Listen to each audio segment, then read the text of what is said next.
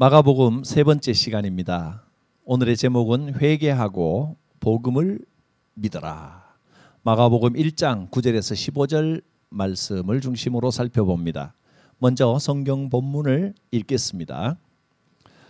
그때에 예수께서 갈릴리 나사렛으로부터 와서 요단강에서 요한에게 세례를 받으시고 곧 물에서 올라오실새 하늘이 갈라짐과 성령이 비둘기같이 자기에게 내려오심을 보시더니 하늘로부터 소리가 나기를 너는 내 사랑하는 아들이라 내가 너를 기뻐하노라 하시니라.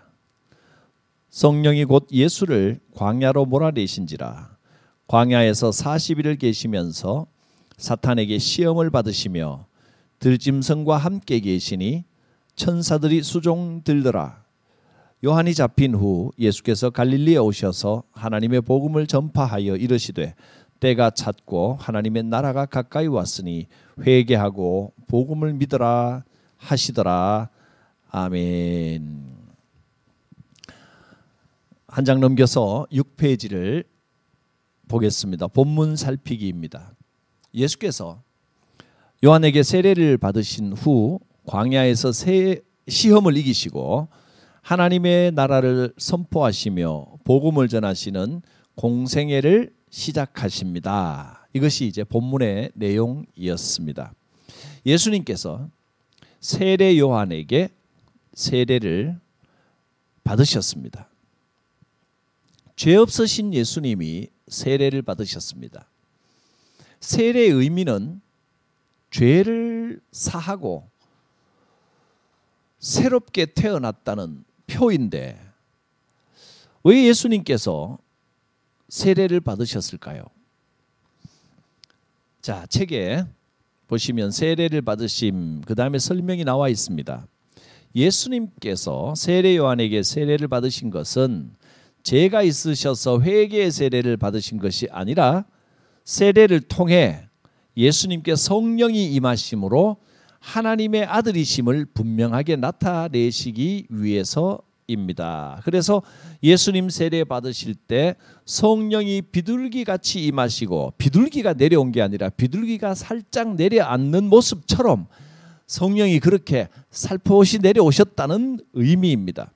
그리고 하늘에서 소리가 들렸습니다. 너는 내 사랑하는 아들이라 내가 너를 기뻐하노라. 이것을 어떤 사람은 왕의 임직식이라 메시아 임직식이라 그렇게 표현합니다. 즉 하나님께서 공식적으로 예수님을 이 사람은 나의 사랑하는 아들이다 내가 직접 보낸 이다 라고 사람들 앞에 공개적으로 선언하신 사건이고 이때로부터 예수님이 비로소 공적인 생애를 시작하셨다 하시는 표시입니다.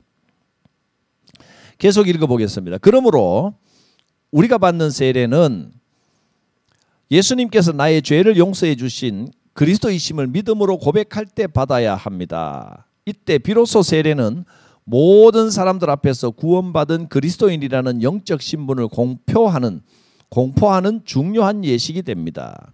세례는 단순히 개인적으로 내가 죄 씻음 받았다 또 내가 새로워졌다 하는 의미에서 그치는 것이 아니라 그런 의미도 있지만 세례의 더 중요한 의미는 모든 사람들 앞에 공포하는 겁니다. 그래서 우리가 세례를 받을 때도 내가 세례를 받는다는 의미만이 중요한 게 아니고 더 중요한 것은 모든 성도들이 저 사람을 우리와 같은 성도요 예수 그리스도의 몸으로 받아들입니다. 아멘 하고 화답하고 그 사람을 받아들이는 행위가 어쩌면 세례의 가장 중요한 의미일 수 있는 겁니다. 예수님의 세례는 모든 사람에게 예수님이 하나님의 아들이심을 선포하는 행위였고 우리가 받는 세례는 모든 사람들 앞에 내가 죄 사함을 받은 사람인 걸 선포하는 행위입니다. 예를 들면 우리가 하는 결혼식도 결혼식이 두 사람이 가지는 의미만 있는 것이 아니라 모든 사람들 앞에 부부가 되었음을 선포하는 의미가 더 강하게 작용하는 것처럼 예수님의 세례는 왕의 임직식이었고 우리의 세례는 구원받은 백성이 되었다라고 선포하는 행위가 되는 것입니다. 자, 다음 시험을 받으심을 보겠습니다. 성령님이 예수님을 광야로 몰아가셨습니다. 40일간 금식하시면서 들짐승들과 함께 계시며 가장 악조건 속에서 사탄의 시험을 받으셨습니다. 자, 이 시험 받은 부분에 대해서 이 마가복음 이야기 이 책에 제가 한 부분 읽어드리겠습니다. 뭐 가지신 분은 같이 보셔도 좋고 또 없으신 분은 그냥 들으시면 되겠습니다. 19페이지 광야의 시험 이 부분 읽어보겠습니다. 사람은 욕망과 욕심에 매우 약한 존재입니다. 그래서 각종 유혹에 쉽게 넘어갑니다. 예수님께서도 공생의 출발 초기에 광야에서 사탄의 유혹을 받으셨습니다. 세례를 받고 공생애를 시작하시면서 곧 광야로 나가서 40일을 금식한 후에 마귀의 시험을 받으셨습니다.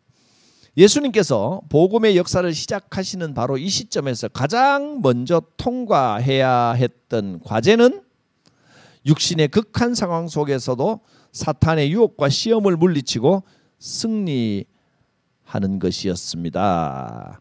자, 이 마가복음에는 시험의 내용을 자세하게 기록하지 않았습니다. 이 세 가지 시험의 의미를 각각 이제 좀 설교한 내용을 보시려면 우리 공식 유튜브 안에 시험 받으심, 첫 번째 시험, 두 번째 시험, 세 번째 시험을 제가 상세하게 하나씩 어떤 의미가 있는지 설교해 놓은 것이 있는데 참고하시려면 이 시간에 짧은 시간에 다 말씀드리기는 어렵고 그 설교를 참고하시면 되겠습니다. 자, 계속 이 책을 보겠습니다. 6페이지. 저자 마가는 이 시험에 대한 구체적인 내용과 과정 그리고 결과에 대하여 전혀 언급하지 않고 매우 간결하게 기록하고 있습니다. 그래서 이 시간에도 구체적으로 언급하지 않고 그냥 지나가겠습니다.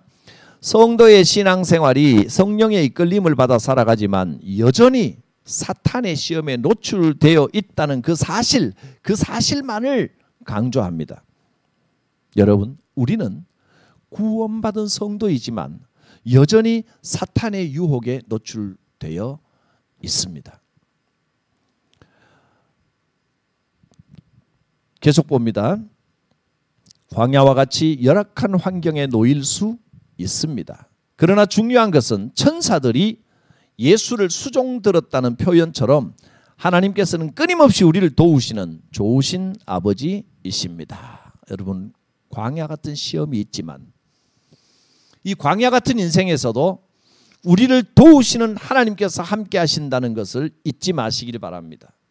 시험 받을 때는 마치 하나님이 가까이 안 계신 것 같이 느껴집니다. 그러나 시험이 끝나는 동시에 하나님은 멀리서 보고 계셨습니다. 다 지켜보고 계시다가 천사들이 수종들게 했습니다. 시험을 이기는 그 순간 우리 하나님께서 따뜻하게 안아주시며 잘했다, 고생했다, 수고했다, 나의 자녀야 하고 위로하여 주실 것입니다. 복음 전파 부분을 보겠습니다. 요한이 잡힌 후 예수님의 갈릴리 사역이 전개되었습니다. 이 부분에 대해서는 바로 지난주 말고 바로 그 전주 지지난주에 바로 이 본문을 또 설교를 했습니다. 유튜브에 이 주일 설교 주일 예배 부분에 가면 바로 앞에 이 부분이 있으니까 또 자세하게 좀 들으실 분은 참고하시면 되겠습니다. 읽겠습니다. 예수님께서 하나님의 복음을 전파하시며 때가 찼고 하나님의 나라가 가까이 왔으니 회개하고 복음을 믿으라고 선포하십니다. 마가는 하나님의 복음이라고 표현하므로 복음의 근원이 하나님이심을 분명히 하고 있습니다. 하나님의 복음이 전파될 때 비로소 하나님의 나라가 가까이 임합니다. 하나님의 나라는 오직 회개하고 복음을 믿을 때 경험할 수 있습니다. 하나님의 나라가 어디 있습니까? 하나님의 나라는 바로 이곳에서 시작됩니다. 내가 이 복음, 예수 그리스도의 복음을 받아들임으로 내 속에 제일 먼저 하나님의 나라가 임합니다. 내 안에 임한 이 하나님의 나라가 생수가 흘러나온 것처럼 퍼져나와 내 주변과 내 삶이 하나님의 나라가 됩니다. 그리고 이것이 확장되어 이 땅의 삶뿐이 아니라 영원토록 하나님이 함께 하시는, 이 땅의 삶이 끝나고 난 후에도 하나님이 함께 하시는 하나님의 나라가 펼쳐지는 겁니다. 그러니까 여러분, 하나님의 나라는 이 땅에서 생명을 끝내고 죽은 후에 저 세상에서부터 시작되어 내 삶으로 들어오는 게 아니라 오히려 반대입니다. 제일 먼저 내 속에서 시작되어 하나님의 나라가 넘쳐 흘러 저 영원까지 이어지는 것입니다. 여러분의 심령에 하나님의 나라가 임하시기를 바랍니다. 복음으로 이것이 가능합니다. 복음으로. 복음은 내가 있는 바로 이곳에 하나님이 함께 하시는 게 복음입니다. 지금 여러분 마음속에 머리 위에 곁에 하나님이 함께 하십니다. 그게 하나님의 나라, 즉 복음입니다. 예수님께서 이 하나님 나라의 복음을 선포하셨습니다. 나중에 나오게 될 것이지만 예전에 설교를 하면서 제가 복음의 세 가지 차원을 말씀을 드렸습니다.